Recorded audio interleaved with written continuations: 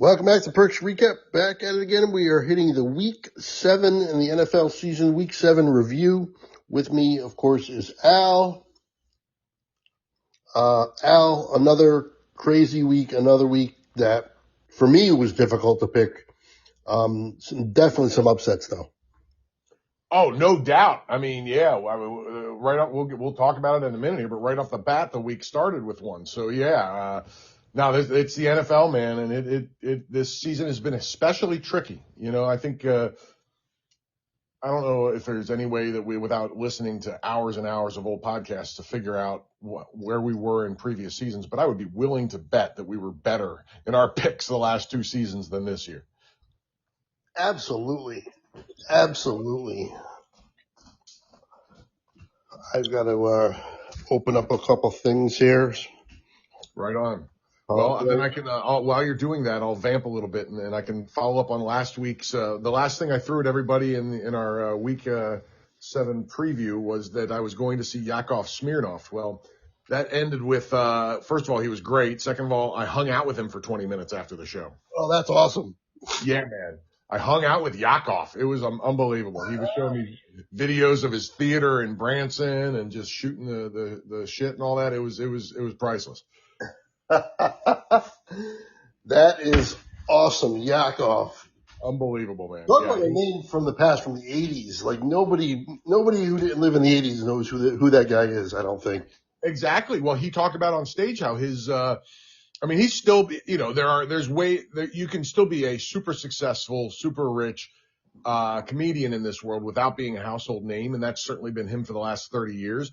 But he was at the peak of his superstardom in the 80s. And he talked about on stage how his career changed forever the day they dissembled the USSR and David Letterman did a top 10 list. And number one on it was Yakov Smirnoff will no longer have a career.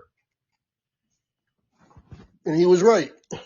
He was right. I mean, in the heights of it, yes. But I don't think anybody would be too sad for a guy who's performing 200 shows a year and making more money than you and I combined. So it's funny, the relative nature of success. You know what I mean? Right. Because he was a megastar when we were growing up, but you're right. He's far from a household name anymore. You know, I don't know that too many people under the age of 50 would know that name if he said it, you know? Probably not. Yeah. I think maybe a few more than might remember Bauke Bartakamus. Oh yeah, Bronson Pinchot. Mm-hmm. Yes. I see. I knew you knew it, man. That's awesome. He was also in Beverly Hills Cop, and he was great. He was great in that. Absolutely. Yeah. The only other thing that I remember him being in and was crazily enough, he's in Perfect Strangers, which I wouldn't call great, but he was very funny on it. He was in Beverly Hills Cop and he was great in it. And the other thing that he was in and he was great in was True Romance, the first movie Quentin Tarantino ever wrote but did not direct, with Christian Slater and Dennis Hopper. Really? Uh-huh. Yep. Dennis Hopper, another good name. Oh, he was awesome. The scene with him and Christopher Walken in True Romance is unbelievable. Walken's a gangster and Hopper plays Christian Slater's dad who they're trying to track down, and he gets interrogated. It is unbelievable.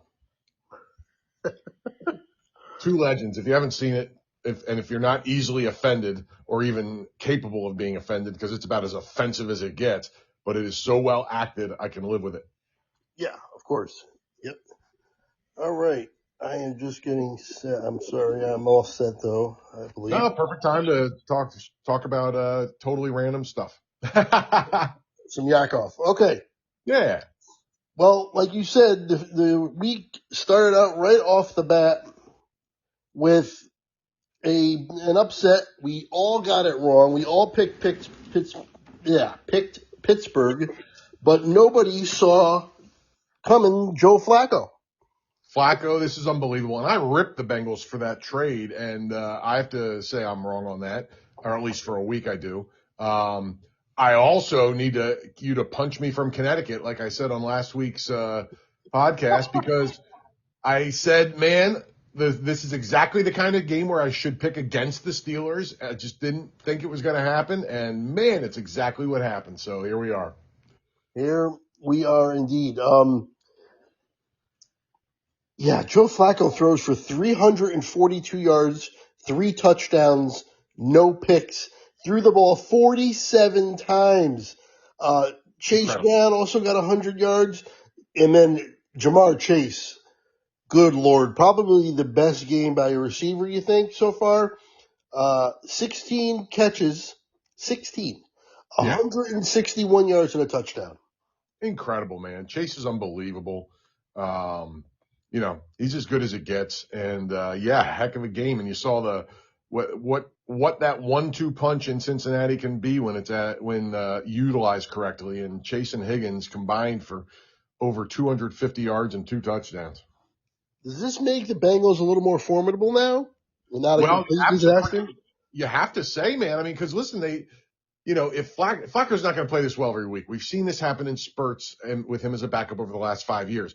But he's better than Jake Browning was by far, Yes. and their defense is still awful. They won a game while giving up 31 points. So I don't know how much I have to see more to fully buy in. But here's what it means for sure: is they're not completely dead like we both thought. Right. Yep. Yeah, they're 3-4. Exactly. They found their footing before the season got completely away from them. Now they look like they'll be competitive. Yep. And the Steelers, listen, they're just, to me, like, they're just up and down. You don't really know every week what you're going to get. And one week Rodgers looks like, 25-year-old Rodgers, and then other weeks he looks like he's the 42-year-old quarterback that he is and not, should retire. And in this game, he looked like both. He Yes.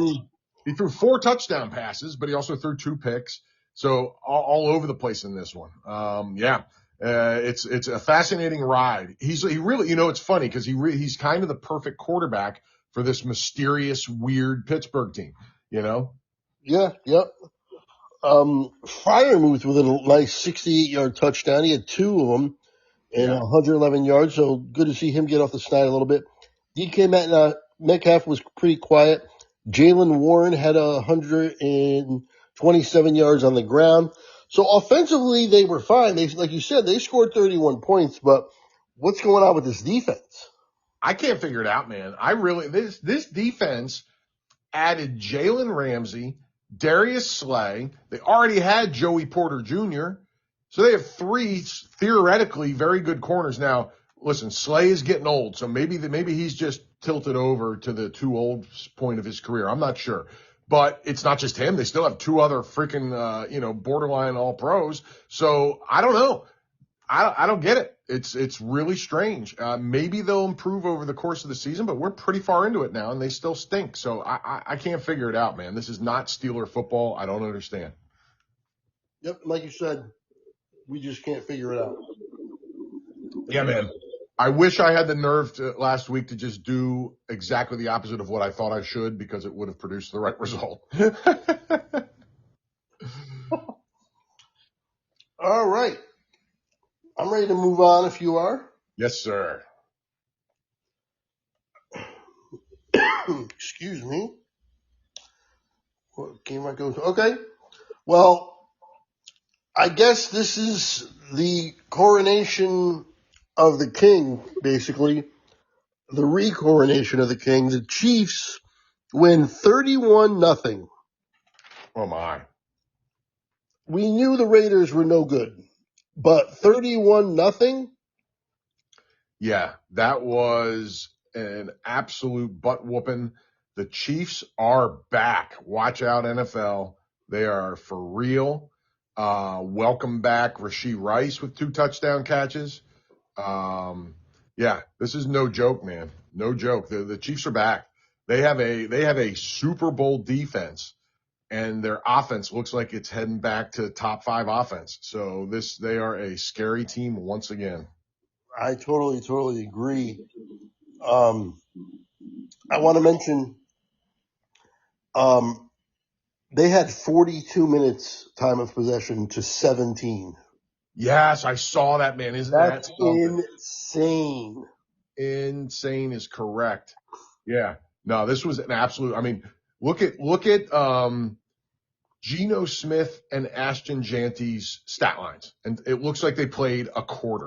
Yeah, Geno Smith, 10 for 16, 67 yards. No touchdowns, no picks. Ashton Janty, 6 carries, 21 yards. That's crazy. Geno, by the way, finally got benched at the end of the game. Kenny Pickett came in and fumbled the first snap and lost it. Oh, man, the Raiders are an absolute mess, and the Chiefs are every bit as good as the Raiders are not. Yeah, I should mention we're going to have power rankings at the end of the next podcast, the Week 8 preview. We're going to do our first time ever. We're going to do our top 5 power rankings, and we'll revisit that every week. Yes, which I'm looking forward to. Great idea. I'm glad we're doing it. I love it. Be interesting to see where some of these teams end up, like the Chiefs. Yes. Because the Raiders are not going to be in there. No, they're not. But the thing is, the Chiefs are still only 4-3. Right. That is it's tough to put them in when you have, I think there's 9 other teams with a better record than the Chiefs in the NFL right now. Right. I mean, I know they got healthy really for the first time. Healthy and off suspension. Yep. Yeah. So, I mean, I understand that.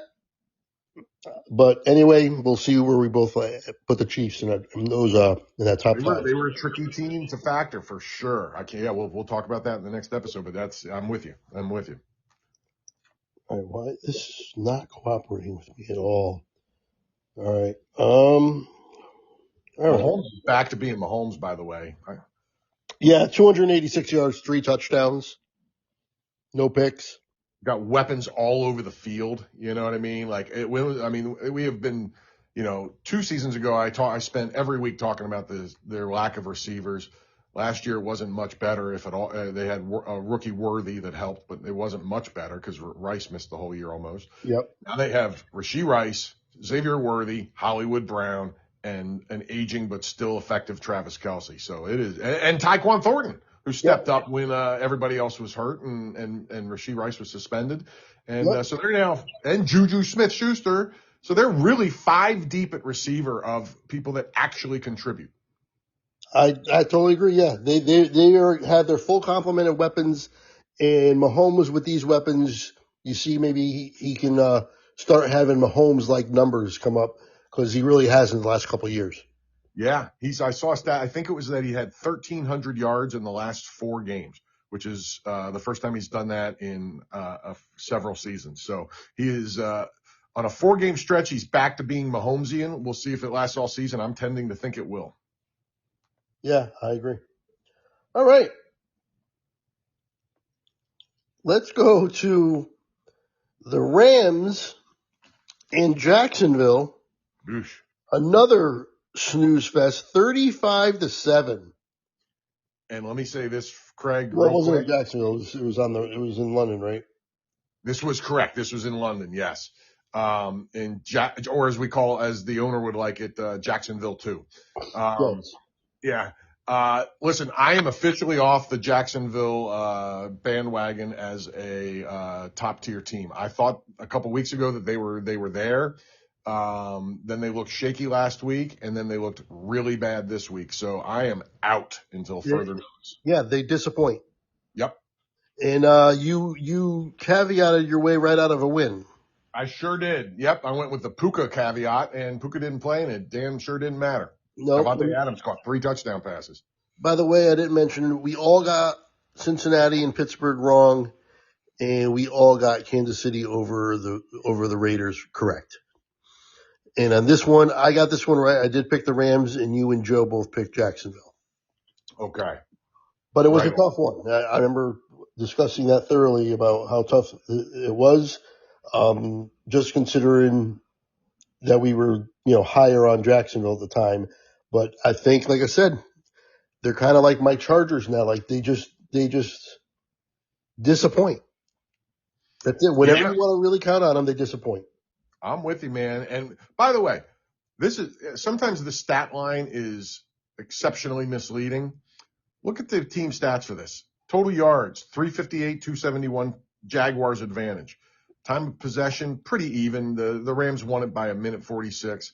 But your pet stat man is the story of this game. Look at the penalties on the Jaguars. Yeah, oh yeah. I was going to mention that. Yep.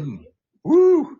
13 penalties for 119 yards for the Jags. That is huge. Yeah, man, for sure. Because you look at the rest of it, they didn't turn the ball over.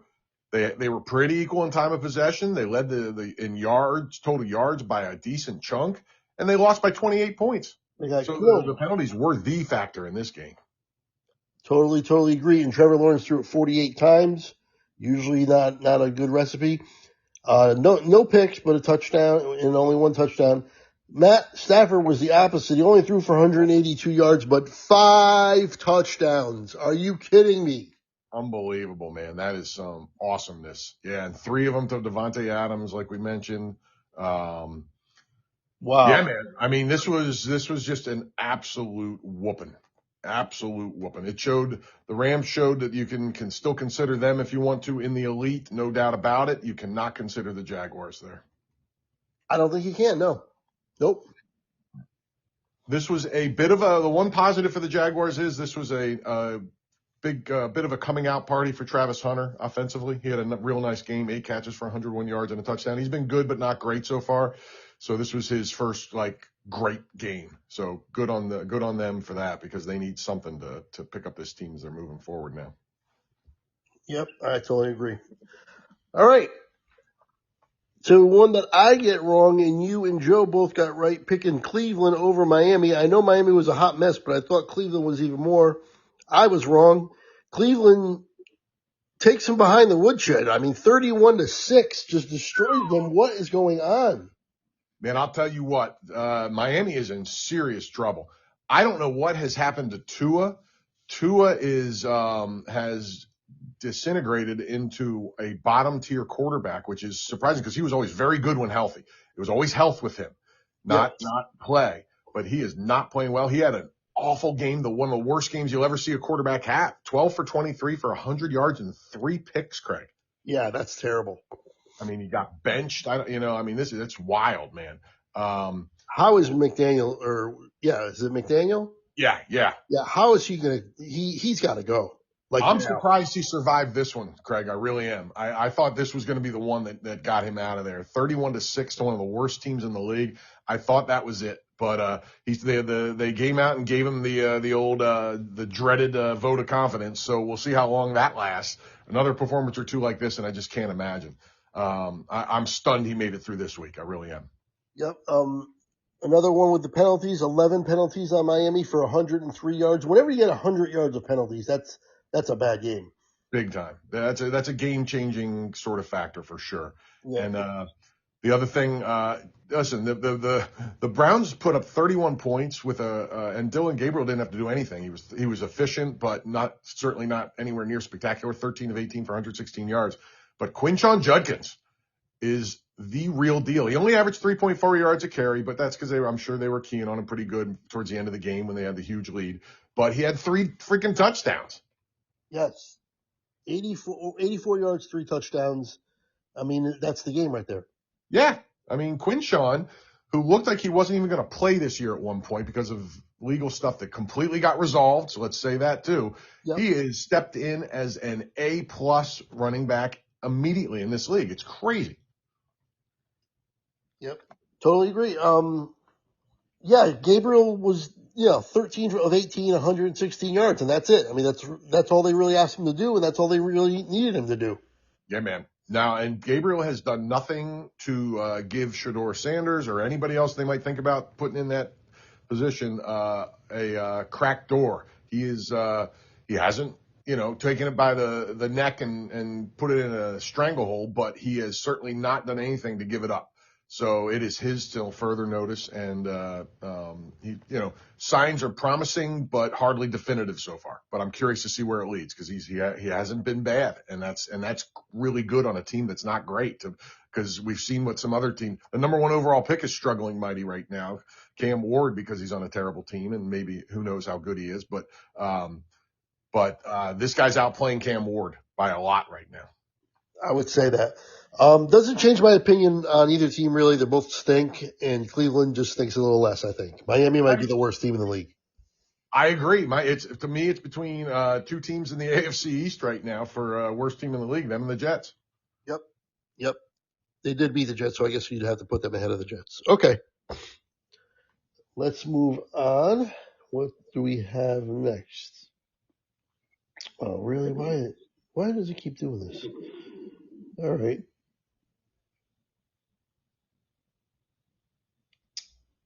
Well, speaking of Cam Ward, 31-13, New England destroys Tennessee, just takes care of business big time.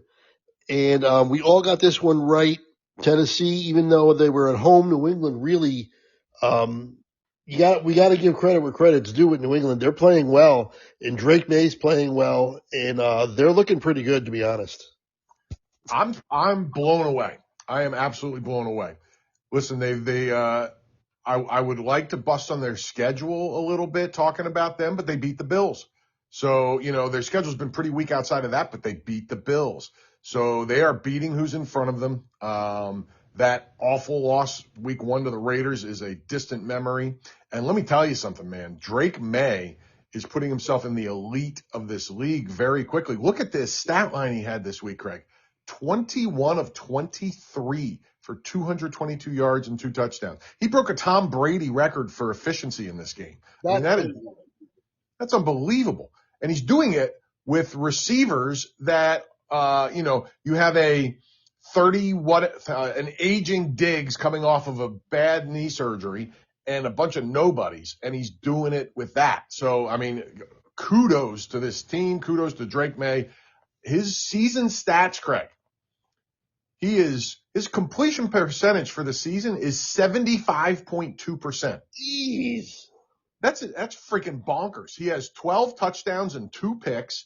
And you say, well, maybe he's not taking chances with that high completion percentage, right? His yards per attempt are 8.6, which is in the elite range. Yep, pretty good. Yep. You got some help here. This one, Stevenson on the ground had 18 carries, 88 yards, and a touchdown. I guess it's Stevenson's job because Travion Henderson got 2 carries here. Even though we all kind of clamored for Travion, he's not getting the carries at all. No, they are convinced. They are determined to keep it Ramondre. And listen, Ramondre's had some really bad games this year. Last week he had, I think it was 10 carries for 20 yards. I think it was. But he's done enough in spurts to keep the job. And again, he has a pretty big contract for a running back in this league. So they're going to do everything they can to keep him in that spot for at least this year. Yeah, I agree. On the other side, Tennessee, Cam Ward, 1 touchdown, 1 pick, 25 of 34, 255, kind of ho-hum. They did nothing on the ground. They had 12 carries total, the whole team, for 39 yards on the ground. Pollard had 43 yards receiving. Who is Shamir? I'm going to go with DK, Craig. Yes, I am too. 70 yards and a touchdown. If you guys know, then you know. Yep. We'll just move on. Yeah. Van Jefferson. By the way, Tyler Lockett, after this game, got released. I saw that. His release and got it. It's going to be interesting to see where he ends up. I mean, he could be a candidate for the Patriots actually, or the Giants, or a couple other teams that have really bad receiving cores. I don't know how much he has left, honestly, but but he was very good for a long time, so he might be able to help somebody. Yeah, and you could probably get him pretty cheap, I would imagine. I would think so. Yeah, you're not going to give up a fortune for him. So yeah, no, he could be a sneaky contributor in the last half of the season for somebody.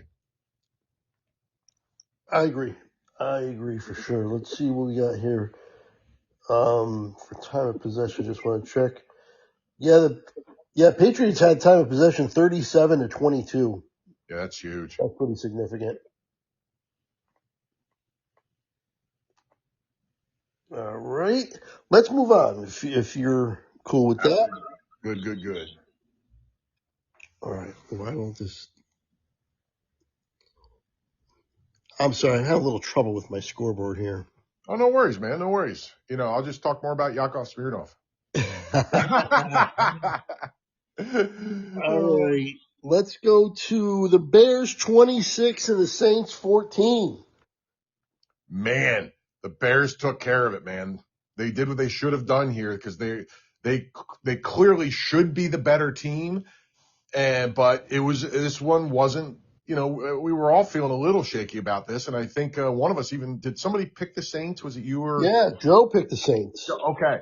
And I didn't think that was insane. You know what I mean?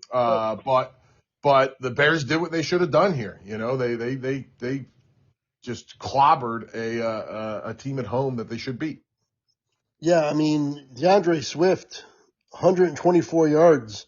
He's having a heck of a year, man. He looks awesome this year. And who's Kyle Marango? Oh, I looked him up. He was their 7th round draft pick. Oh, 7th round. That's why I didn't know him. 81 yards for him in a touchdown as well. They ran the ball for 222 yards. Yeah, man. Their run game looks really good, man. I mean, Swift is having he had a little bit of a down year last year, and he looks as good or better as he did with the Eagles the year before, man. He looks awesome. Caleb Williams didn't have a great game. He was just okay at best. He had no touchdowns and a pick, but the run game was the thing. Yeah, absolutely. And the fact that Rattler on the other side threw 3 picks. Yeah, and he got sacked 4 times, so the Bears were all over him. Yep. They couldn't run the ball. Alvin Kamara had 11 carries for 28 yards. I mean, just totally 44 yards total for the team. The only bright spot for the Saints really was Olave, which is the case most weeks. He had 98 yards and 2 touchdowns. I mean, he was basically their offense.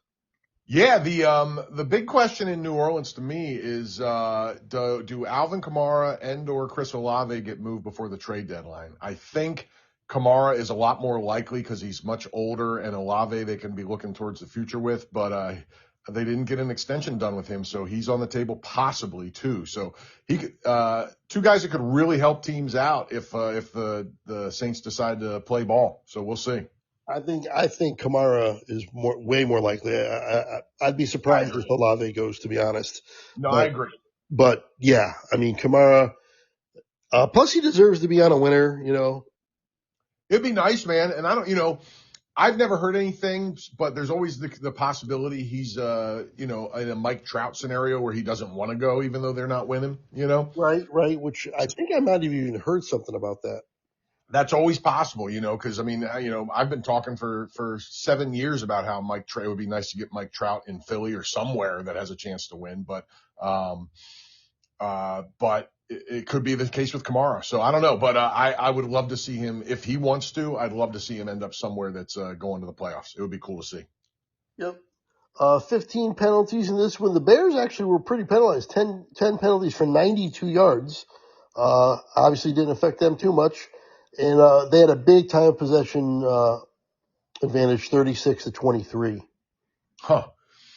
And this, by the way, this is the first time Spencer Rattler's really opened the door a crack to get old Shuck in there. So we'll see another game or 2 like that, and we might be talking about Tyler Shuck. But this was the first time he's played really poorly all season, so they're going to give him some rope, and they should. All right. Well, sir. 28-22, your Eagles get the job done. On the road, really nice road win. Take it away. Listen, okay. First thing I'm going to say is the running plot line this year with my commentary on the Eagles has been whether I'm going to learn the offensive coordinator's name or not. And through 6 weeks, I had not. And here's how I feel about it after this game. I have now learned his first name. It's Kevin. His first name is Kevin, Craig. And I will give him, if we can put together a couple of these in a row, I will then learn the last name. But this game got him his first name, Kevin. So. All right. So we're on the right track here. We're heading somewhere, man.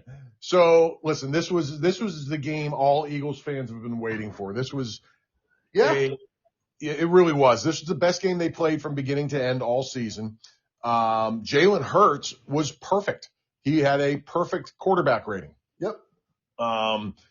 He was awesome. He hasn't been awesome this year, so this was great to see. Devontae Smith had the only game you could say was possibly better than Jamar Chase's. He didn't have the 16 catches, but he had more yards and a touchdown. So 9 catches for 183 yards and a touchdown. Devontae Smith continues to be just a quiet, awesome, one of the better. Listen, him and A.J. Brown combined for over 300 yards and 3 touchdowns. Yep, absolutely. Everybody in Philly's been waiting for that all year. If you want a negative, they still couldn't get Barkley going. But that's the only negative thing I can say about this entire effort. Yeah, Barkley had 44 yards. Yeah. But they didn't need him. So, if you're going to have 44 yards, this was the week to do it. Carson Wentz, somebody put up Carson Wentz. If you take away the picks, he had a hell of a game. But the problem with Carson Wentz is that's why he's Carson Wentz. You can't take away the picks. Somebody put up after he threw a pick 6 to Jalix Hunt. He threw a pick 6 to a defensive end, Greg. Yeah, I saw that. And somebody put up, I forget the exact number, but I'll be in the ballpark here. Somebody put up Carson Wentz throws his 123rd touchdown pass for the Eagles. Oh, my God. Wow. Oh, I love it, man. So, yeah, this game gets the Eagles back into the elite discussion. This game gets put some separation between them and the rest of the division, or the conference, I mean, what do we call it? The AFC East, the division. And this is exactly what they needed to get back on track. So I'm loving it. Brandon Graham came out of retirement, so all their defensive woes will be fixed instantly. They just needed a 37-year-old defensive end to come back, so now they're ready. Yep. Yeah, I mean, Jalen Hurts' first 300-yard game. This is, kind of on the other side, not wanting them to do well. I was waiting for Jalen Hurts to really show me something, and he showed me something. I mean, this is what, like you said, this is what the Eagles fans were looking for, and this is what I've been looking for. I cannot criticize Jalen Hurts this week at all. He, like you said, he had a perfect rating, 3 touchdowns, 326 yards. There's absolutely no critique you could have at all. Jalen Hurts, like you said, was basically perfect. Now, go do it. Now do it again. Yeah, right. Absolutely. Yeah, totally, man. Yeah, this, obviously, listen, the guy won us a Super, he's 4 years in the league. He's taken us to 2 Super Bowls and won one. So the guy's a winner. Nobody can debate that, but you can. Even in my critiques, I've always said he's a winner. Yeah, no, you've been very fair about that. And you can justify critiquing his play week to week sometimes, especially early this season. So, we're 7 weeks in and that's his first 300-yard game. Yeah.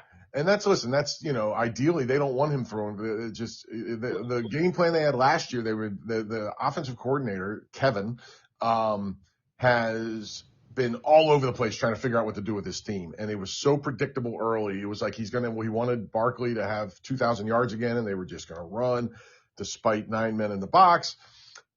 Hopefully this is a sign of them figuring out what to do with this offense, because if they're not going to run block well, which they haven't this year, they got to pass the ball. And here we are. I mean, he did it. So let's see moving forward. By the way, it's even more impressive when you factor in that the Vikings had the 2nd rated pass defense in the NFL going into this game.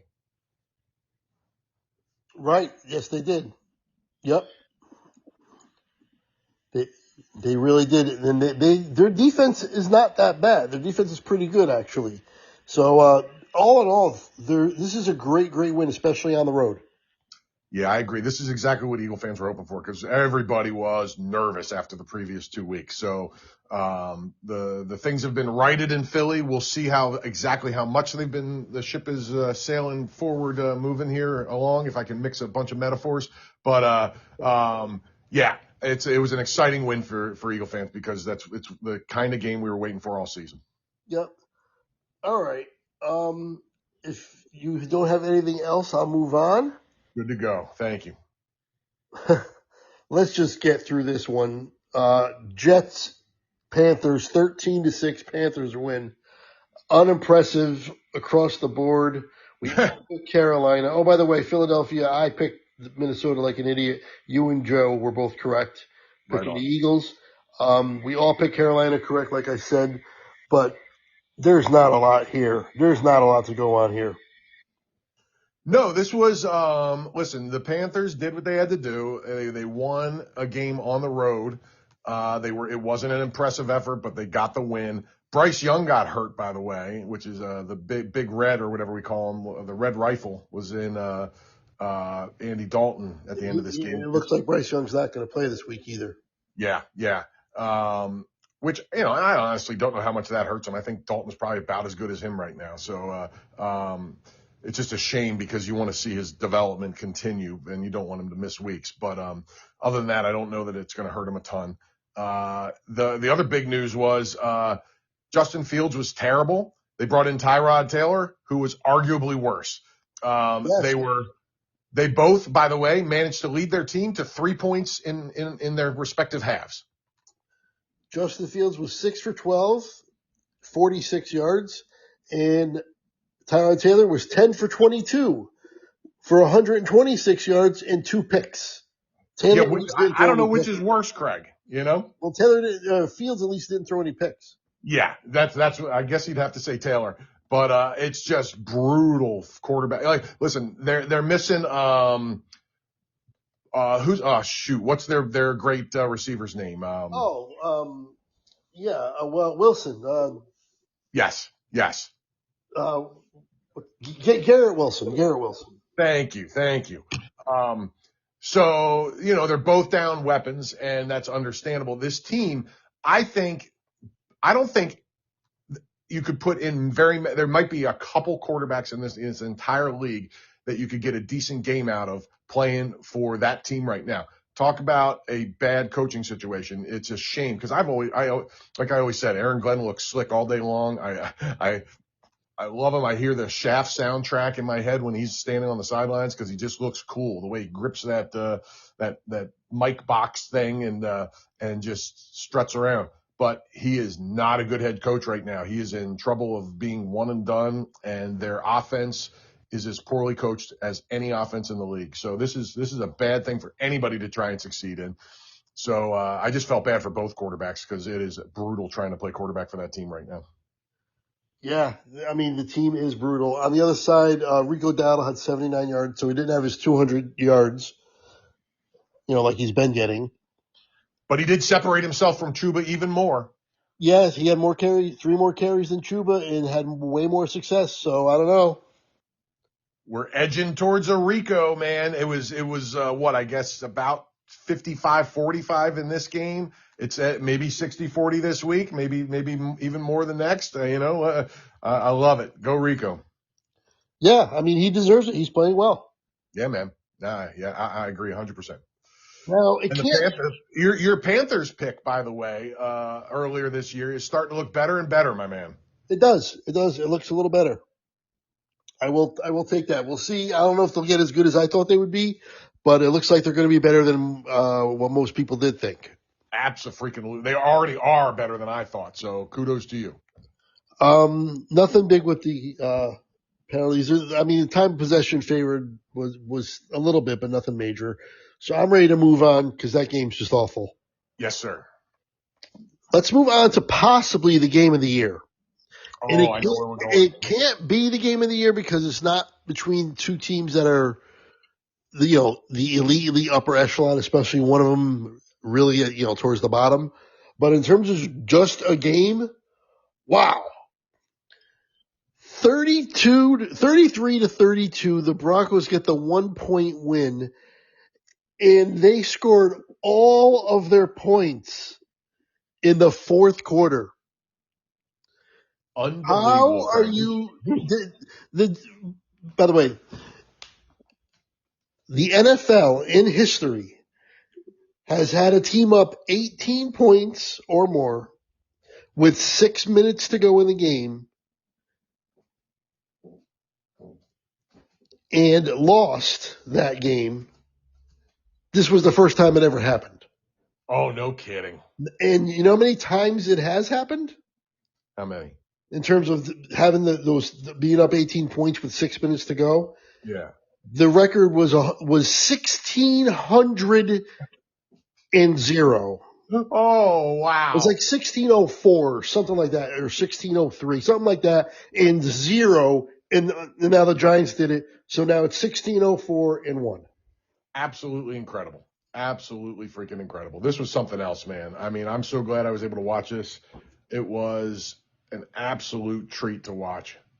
I mean, you're watching it, and as they're like dismantling the Broncos the first 3.5 quarters, I'm going, uh-oh. Like, I'm really going, uh-oh. The Giants are going to be a problem now. Yeah, right there with you. Like, and by the way, even though they lost this game, I kind of still think that way, at least a competitive problem. Maybe not win everything, but they're going to be competitive in every game. And in the years to come, they could become a big problem. Oh, Because yeah, no, there's no doubt Jackson Dart is the guy. yeah, this is a whole new Giant team. I mean, they changed their team forever with this draft with Dart and Scattaboo just alone. You Yeah. know, I But mean, I mean, when Abdul you get your Carter franchise guy, then you're. changes everything, and they got him late in the first round. I mean, they could have had Cam Ward, and it would have been as good. I mean, you know, everybody's talking about Abdul Carter. Abdul Carter has been mediocre so far at best. He's barely noticeable, but except one game when he had a bunch of hurries. But Dart and Scattaboo are the real deal. Absolutely. Yep. Um, Dart, he doesn't even have to light up the stat sheet. He just got the intangibles already, and he's just got the it factor. Because through the first 3 quarters, they're up like 19-0. Yeah. And I'm like, they're not only are they winning, they're dominating this game. What is going on? I mean, I don't think Kansas City's Denver's the cream of the crop, but they're not garbage. They're pretty good, and they're at home. And the Giants are doing this to them. And like I said, I was like, uh-oh, got to be on alert about the Giants now. They're not going to be a joke anymore, and I do still believe that they're not going to be a joke anymore. But got to give credit to Bo Nix. You got to give credit to Sean Payton for staying the course and scratching and fighting and clawing. And Dart did do a rookie mistake that he probably won't, that I'll probably learn from and won't do again. But that interception late was a killer. Yeah. That was the dagger. That was when he threw that, I was like, they're going to probably end up losing this game. Yeah, that was huge. That was huge. Yeah, I mean, if you want to look for some flaws, I mean, his completion percentage was under 50%. Yep. There were a lot of lost drives because of that led to having enough time to get this done, and he threw that pick. But there's so much positive to look at as long as he can learn from his mistakes, if he can learn to avoid the big hits, which is going to be a big factor with this kid too, because he's a tough guy and he wants to, he wants to get those extra yards, but he's not built to be able to take that, so he better learn. I think we mentioned that last week. He's got to get down because he won't last. He'll get hurt, no doubt. If Yeah, man, he's not still like Ben Roethlisberger, Right. Yep. But there's a lot of positives. Yeah, it's funny. I was in an Uber with a Giant fan and he started talking. He had no voice.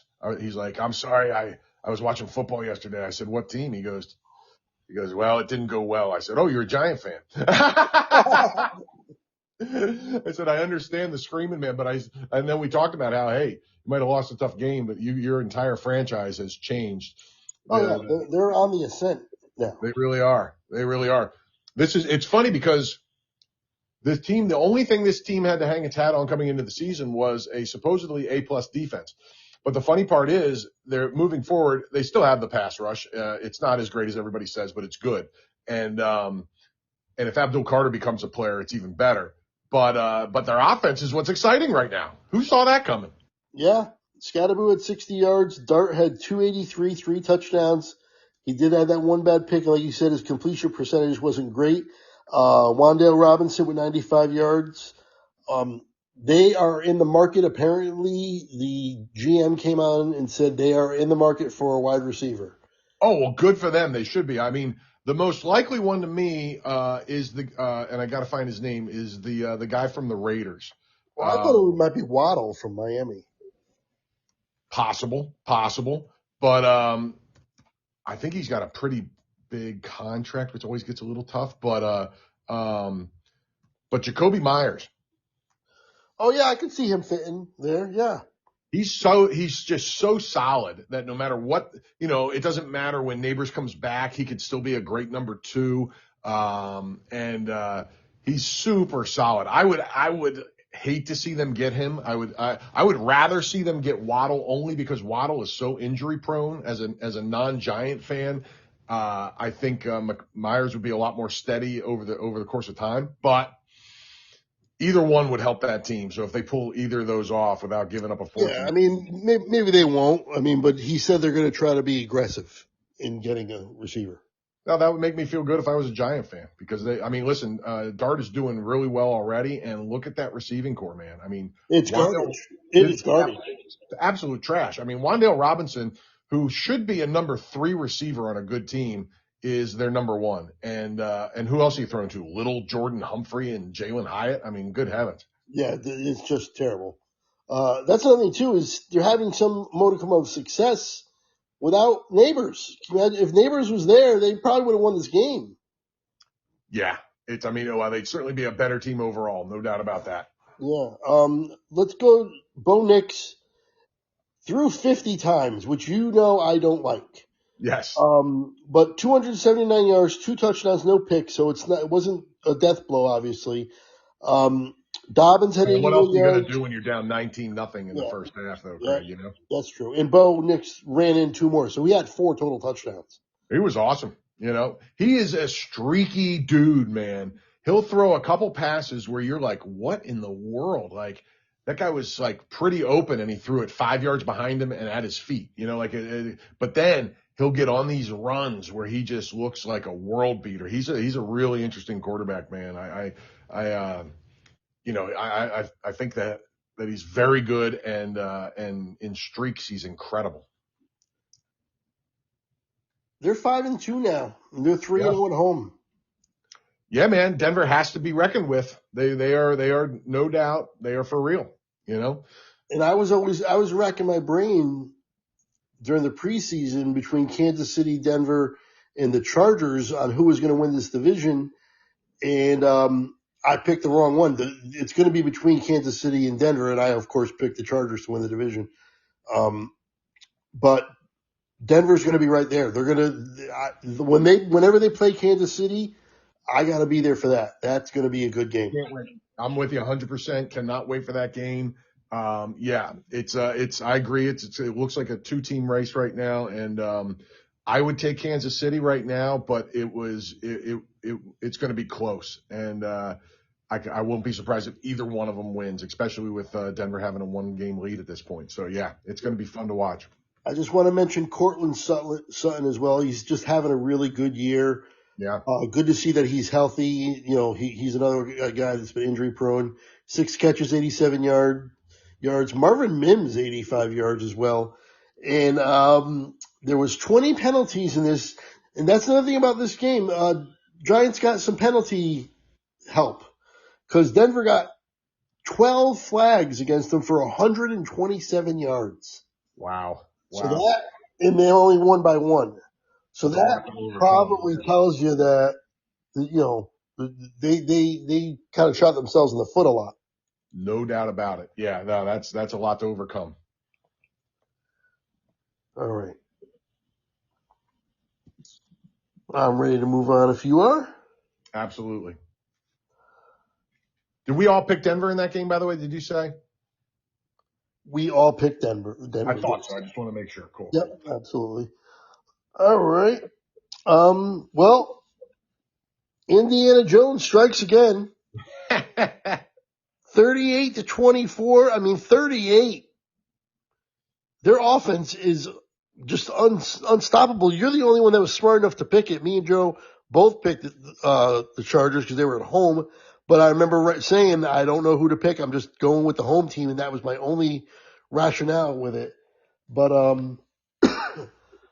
but the Colts just continue to impress.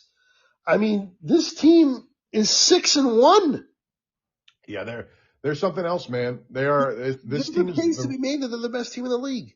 yeah, this team's the real deal, man. Like people like I was doing a little this won't give away anything because this is last week's NFL.com power rankings. As of last week, the NFL.com had them ranked number 9 in the NFL. I was like, you got to be kidding me. Their defense, which has been their weakness, is getting better as the season goes on. They have a legit pass rush going now. And their offense is borderline unstoppable. I mean, that's supposed to be the strength of the Chargers, and they just put up 38 on them. So, yeah, Daniel Jones is playing incredible. Jonathan Taylor is one of the best running backs in football this year. They have weapons out the wazoo. They have the rookie tight end. They have decent receivers. I mean, they are, it is just quite a season in Indy, man. It's blowing my mind. And you have to accept that it's real now. Yep, I like the fact that Tyler Warren's finally getting some use. He had a touchdown in this one. The receivers are good, not great, but none of them are bad. They're all very good. Just solid across the board. Yeah. Yeah, Taylor. Pittman, Pierce. I don't think Josh Downs played in this one, but when he's there, that he's like another one. So they have 3 solid receivers with those 3. Plus they have Warren. Plus they have what I think is the best running back in football, which is Jonathan Taylor, 94 yards, 3 touchdowns in this one. Daniel Jones was solid, 2 touchdowns, 288 yards. Yeah, he was just a really, really impressive win to me. Let's not forget Justin Herbert threw for 420 yards. I know, man. I know. He threw for 2 picks, though, which was a killer. But he had 55 pass attempts, Greg. I know you'll love that. Yeah, 3 touchdowns though. By the way, man, the one cool story on San Diego's side, or I'm sorry, LA's side, is Oronde Gadsden II. He's the 5th round tight end, by the way, is where he came from. I didn't even know if he was a receiver or a tight end when I first started seeing his name a couple weeks ago. And so I had to do some research this week, and he was the 5th round pick as a tight end. And, man, holy mackerel. I mean, geez, I doubt he's still out there on fantasy teams after this week, but if he is, pick him up. 164 yards and a touchdown. Yeah, man. Come on. Keenan Allen, the old man, had quite a game too. 11 for $119 and a touch. Yep. And Quentin Johnston, who we were both kind of like surprised in his production earlier in the year, had another touchdown. He didn't have big yardage, but he did have another get in the end zone. And Ladd McConkey is finally getting back and integrated a little bit, coming off a really nice rookie year, and then he really did a disappearing act early in the year. But he's coming on a little bit now too. So that's all good. The problem is the Chargers have no offensive line. Yeah, because the Joe Alt thing. I mean, they lost their one of the best tackles in football for the season to start the year. I'm blanking on his name, but Rashad Slater. Yep. And that was a big enough deal. But to have Joe Alt's been out now for 4 or 5 games, and every week you hear he might be coming back, but then he doesn't. And I don't blame him. They need him healthy, not just back. So they need to take their time with it and get it right. But it is killing them in the meantime.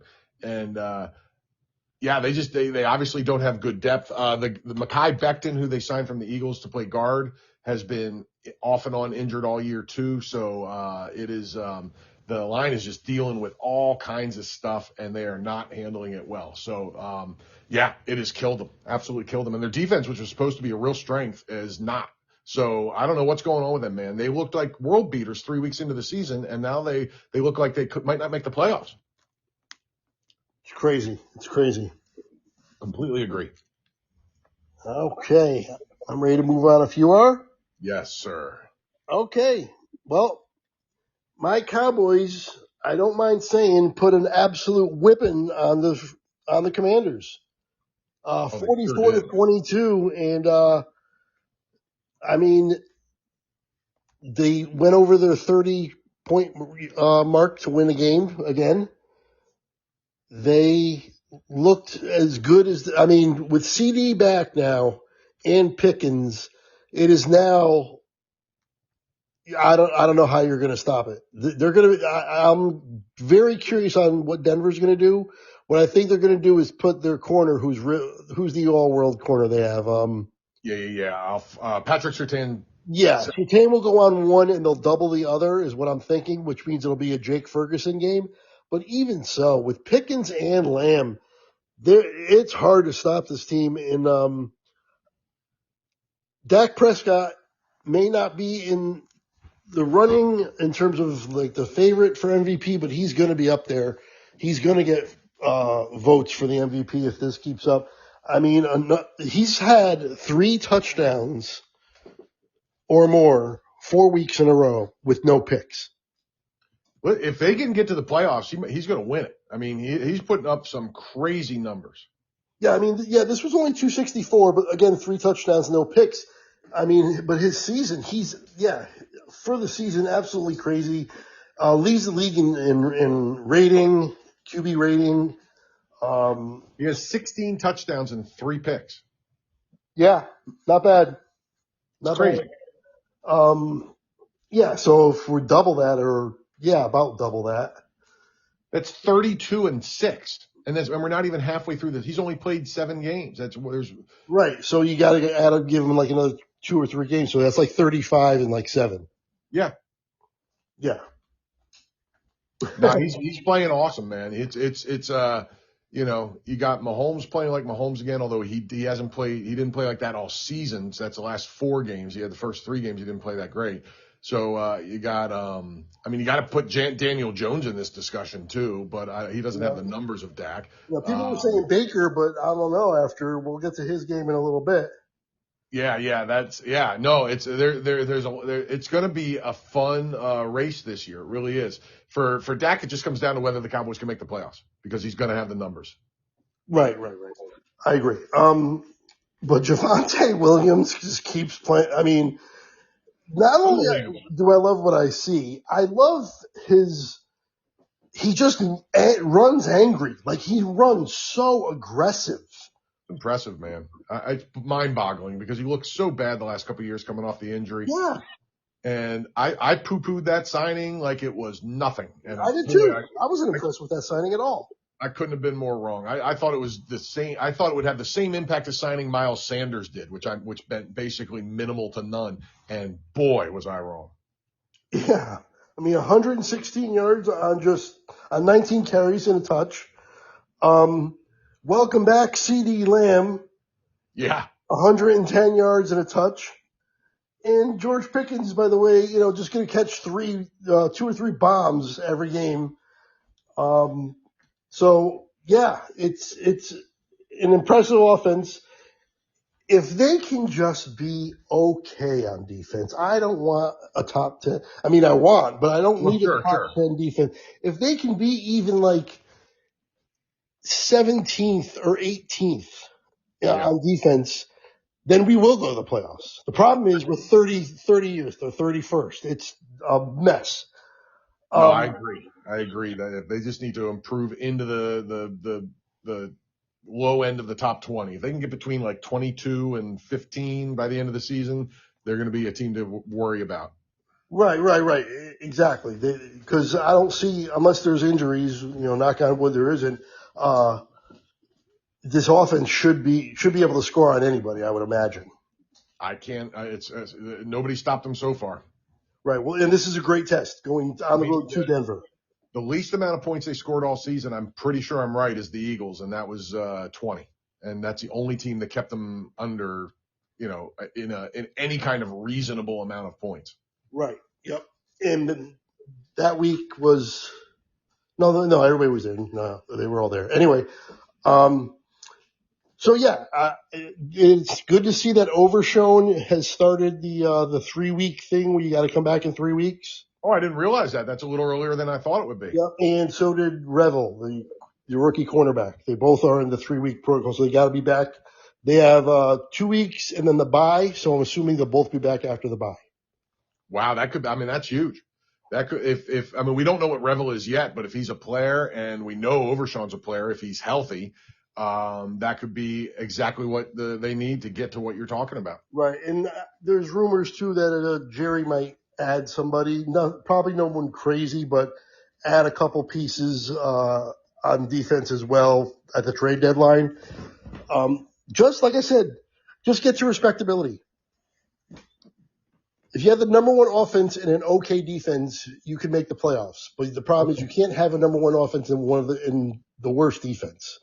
It's funny. I saw one of the sports writers basically talking about exactly what you're talking about. And he's like, and he ended the article by saying, if only they had a top flight pass rusher. Yeah. Hey, we got Jadeveon Clowney. Yeah. Hey, man, you're all set. That's awesome. He did have a sack. Clowney can still play, man. I mean, listen, he was never what they thought he was going to be coming out of college, but he's been a very good NFL player. Yeah, he's fine. He's in the rotation more than anything. Yeah. But we also have to talk about here, Jaden Daniels, I mean, had a rough game, 12 for 22, 156 yards, but he got hurt and he's not playing this week. It looked worse than I think it ended up being because I thought it was like a season-ending broken bone or fracture or something really, really bone hammies like Dak had. Right. Well, that's true. Hopefully not. But or a knee or something or an ankle. But it turns out to be a hamstring, and but they've already ruled him out for next week. But the hit looked really weird. It wasn't even a hit. It was just kind of like the way he got wrapped up, and he fumbled on that play. So he got a fumble and a pick and a touchdown. And then Mariota came in and threw one of the worst picks you'll ever see. Yeah. Of course, to Bland for a pick six because that's what he does. Indeed. Yeah, the Jane, you said it was awkward looking, and I completely agree. It reminded me vaguely of when Bo Jackson broke his hip because it was a very different thing. Bo Jackson was running down the sideline and he got tackled and kind of dragged down, but there was this sort of jerk that happened when that happened, and it looked like that with Daniels, and I was so happy to see it because hips will end a career. I mean, it ruined. But Jackson was able to come back and be a shell of his former self in baseball, but never played football again. And he was one of the greatest athletes I've ever seen, maybe the greatest. So if it stopped him, that kind of injury can stop anybody. So I was happy to see it wasn't that. Yeah. And I don't, it doesn't look like this is season ending, although if you talk to Commander fans, the season is over. Yeah, they are not happy, and nor should they be. If you like to drink the tears of teams, just look up some reactions to Cowboys Commanders on YouTube and make sure it's a Commanders fan, and you will laugh your ass off. That's awesome. Yeah. And the Dan Quinn thing, man, the fast start and the e-brake getting hit, it might be for real. It certainly hasn't helped that Jaden Daniels has been in and out. That's not going to help anything. But yeah, I forgot to in picking that game, man. I didn't. Nobody was there. So they had no weapons. They had McLaurin and Debo out, man. And that I didn't factor that in nearly enough. This was a big win for the Cowboys and just heading the wrong way downhill in Washington. Yeah, I mean, I predicted that Jaden Daniels would have the sophomore jinx or sophomore slump. I don't know if he's actually hit that yet, really. I mean, although this game is kind of like indicative of something like that, but it's more injury than anything this year. Yeah, he's played really well. I mean, he has 8 touchdowns and 1 interception. Right. So he's been all right. But the injury thing has been real. So yeah, that's putting a big old crimp in their stride, man. It's tough. And again, we always say the penalties, if you have over 100 yards, Washington had 11 penalties for 118 yards. Yeah, that's bad, especially when you didn't play that well in the first place. And there was 21 penalties in this game. Ouch. Oh, by the way, the Giants in Denver, there was 20 in that game as well. All right. I'm ready to move on if you are. Yes, sir. Okay. Let's go to Packers Cardinals. Packers get the win 27-23. Really not a lot going on offensively for either team, really. But even, how did they win this game? I didn't watch much of this game. Yeah, they had to come back. They had to score 2 touchdowns in the fourth quarter to win this game. The Cardinals had this thing, and they just made some silly mistakes at the end and handed it back to them. And the Packers did what they had to do in the fourth. They played really well in the fourth quarter. But listen, the Cardinals actually look better with Jacoby Brissett the last 2 weeks than they did with Kyler Murray in most of the games this season, which is very interesting. I'll tell you what, Trey McBride this guy is elite, man. 10 catches for 74 yards and 2 touchdowns. He's an absolute beast. The Packers have been very interesting this year. They are 4-1-1, but they have not been very impressive. No, they haven't. I mean, Love, 179 yards. Jacobs, 55 yards. Nobody over 72 yards receiving. I mean, this is not a good statistical game at all. Jacobs had 2 touchdowns. That's the only thing. Yeah, man. Yep. I mean, the Cardinals had 1 turnover, which was big, but it wasn't enough to explain everything. I mean, they crushed the time of possession, 34 to 25 minutes. I mean, it was, the Cardinals should have won this game. I turned it on in the fourth quarter and was able to flip around back and forth between that and some of the other stuff. Cause, the one that I was most interested in the Cowboy Commander game, but it was well in hand by then. So I was able to start flipping around. And, then of course the Denver comeback happened and I stopped paying attention again. So I don't know exactly what happened here. It just, it's the Packers did what they had to do. I don't know, man. They are the least, impressive 4-1-1 team though that I've seen in quite some time. I mean, they had a 13-10 loss to the Browns. That was their one loss. Yeah, that's weird. It is. I don't know what to make of that team, man. I really don't. And they had 10 penalties for 94 yards, too. Yeah. To add to the unimpressiveness.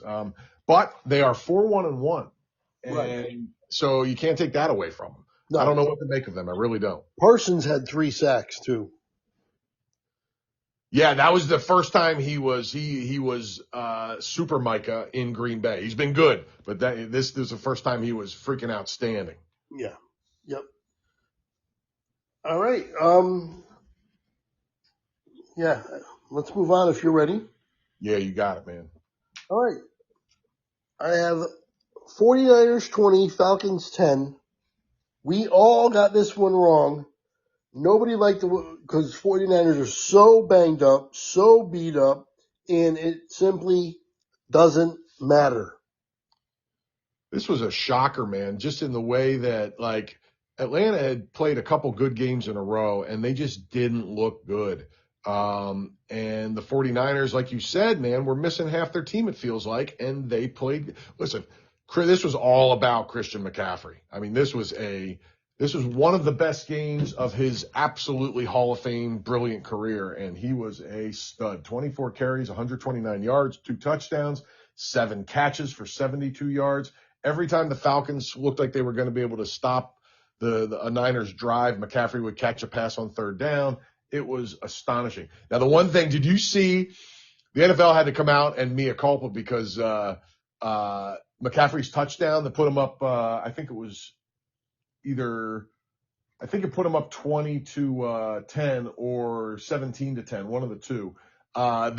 His teammate dragged him into the end zone backwards. Absolutely illegal. Should not have been a touchdown, but whatever. It's the way it went. Yeah, if they stopped him, they would have just given it to him again. Yeah. I mean, and the Falcons just didn't play well, so. Penix did not look good at all. No. I don't know. Terrible. I don't know what to make of this team, man. I do not know what to make of this team. It's probably perfect that they're 500 because that's exactly what they feel like, a 500 team. Yeah, but no better. Yep. Yeah. I mean, Bijan did not have, this was not a showdown between the two elite running backs like I thought it would be, because Bijan had only 40 yards rushing and 50 yards receiving. And he did have a touchdown. He had a decent game. Yeah, he did a Not good game, McCaffrey. just not a great game. Yeah. McCaffrey closed in on 200 yards. Yep. McCaffrey was out freaking standing. Bijan had one of his least exciting games of the year, even though it was still solid. Actually, McCaffrey did have 200 yards. Yeah. Oh yeah. And 2 touchdowns. Yeah, no, he was unbelievable. I mean, this is no joke. This was one of the best games of a great career. You know, this is in his top 5 games he ever had. He was something else. And I guess we got to just consider San Fran to be, I don't know. I still don't know, Craig, because listen, they're 5-2. You can't deny that record. They won a game against at least a decent team with Mac Jones didn't play that well. 17 for 26 for 152 yards, no touchdowns and a pick, and they won by 10 points. It felt easy, so I don't know what to make of them. They gave up 10 points to a team that's been pretty good on offense with half their defense out. So I don't know what to say. Yeah, me neither. Got to give Shanahan some credit. And I've been a big Shanahan detractor over the years, but got to give him credit, man. He has a team that looks like it should be on its last legs, 5-2. Yeah, that's the thing. They're so beat up, but they keep winning. Yep. Yeah. If they ever get healthy at any point during this season, to some degree at least, because some of these guys are out for the year, but as they get a little more healthy, you got to think, oh boy, maybe they're really good then. I don't know. I can't figure them out, man. That game only had 9 penalties. That's what I like to see. Yeah, nice. All right, let's move on to Monday Nighters.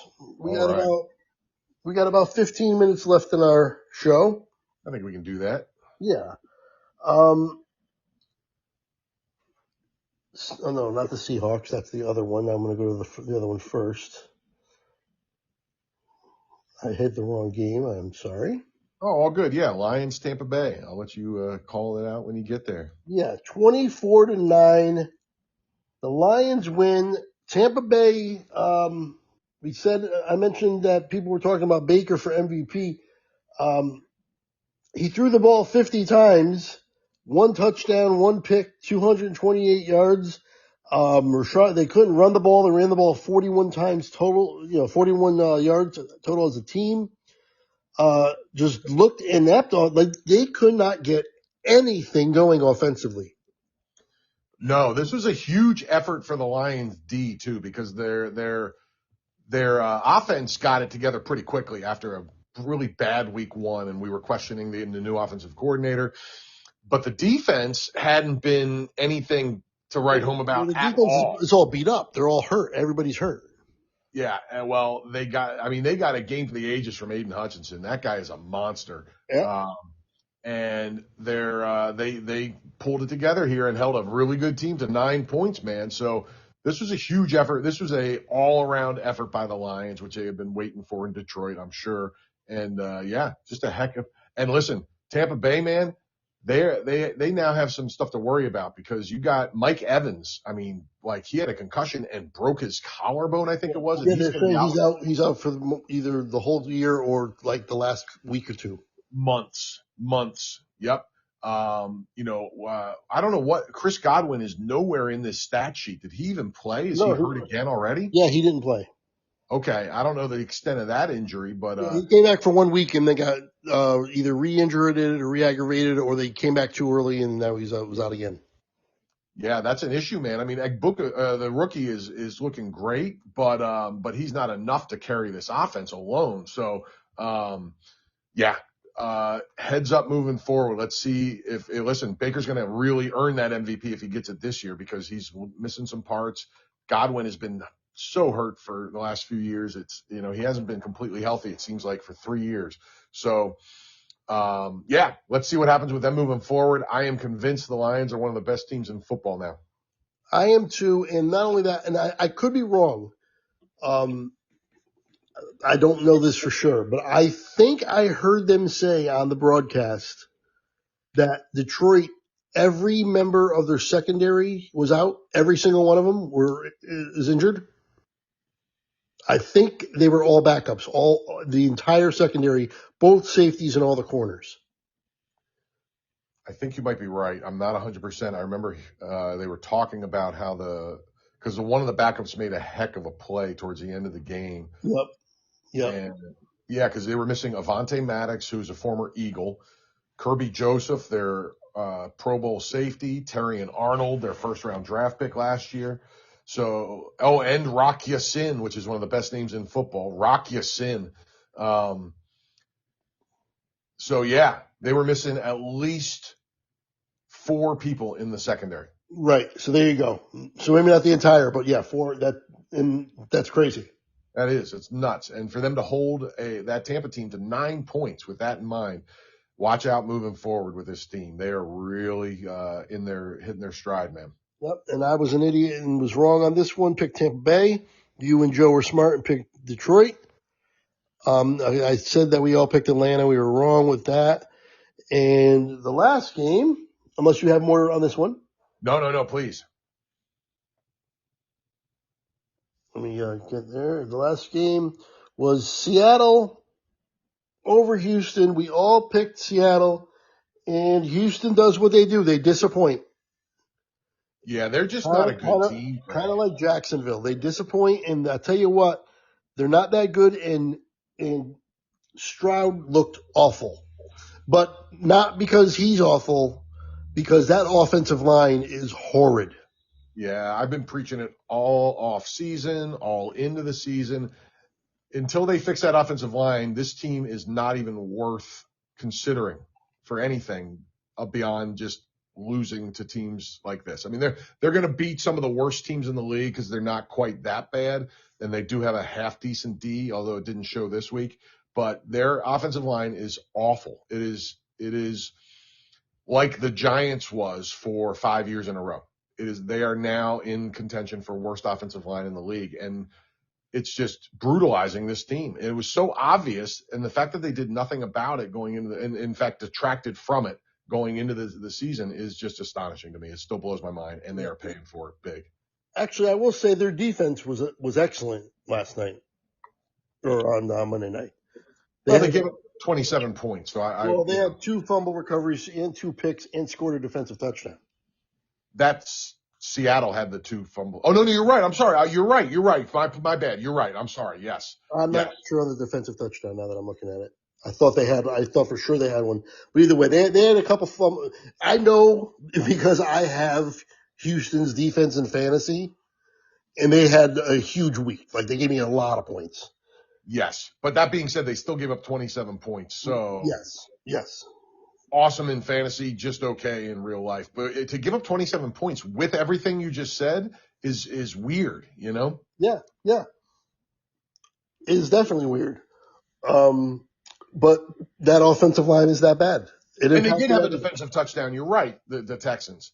Oh. They had they forced a fumble and recovered it in the end zone.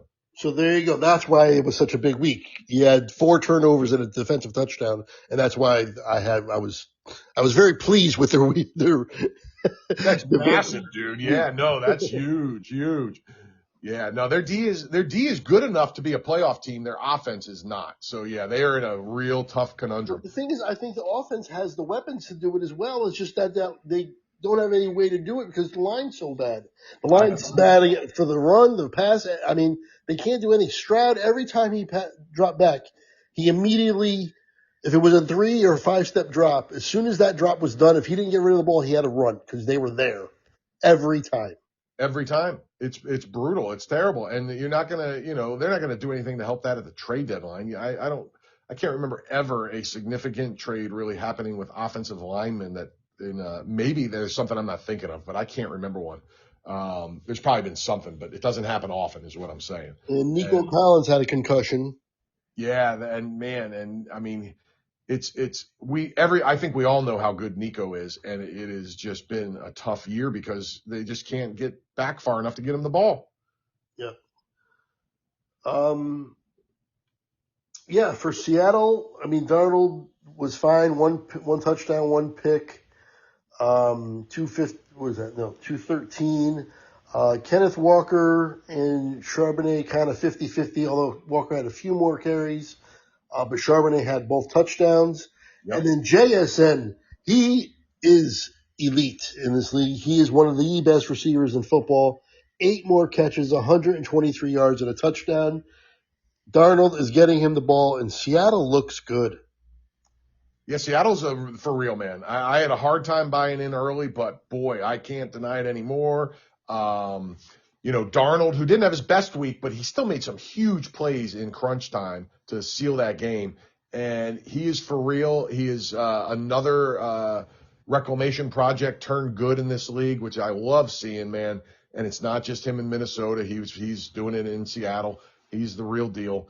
This team is no joke, man. It is.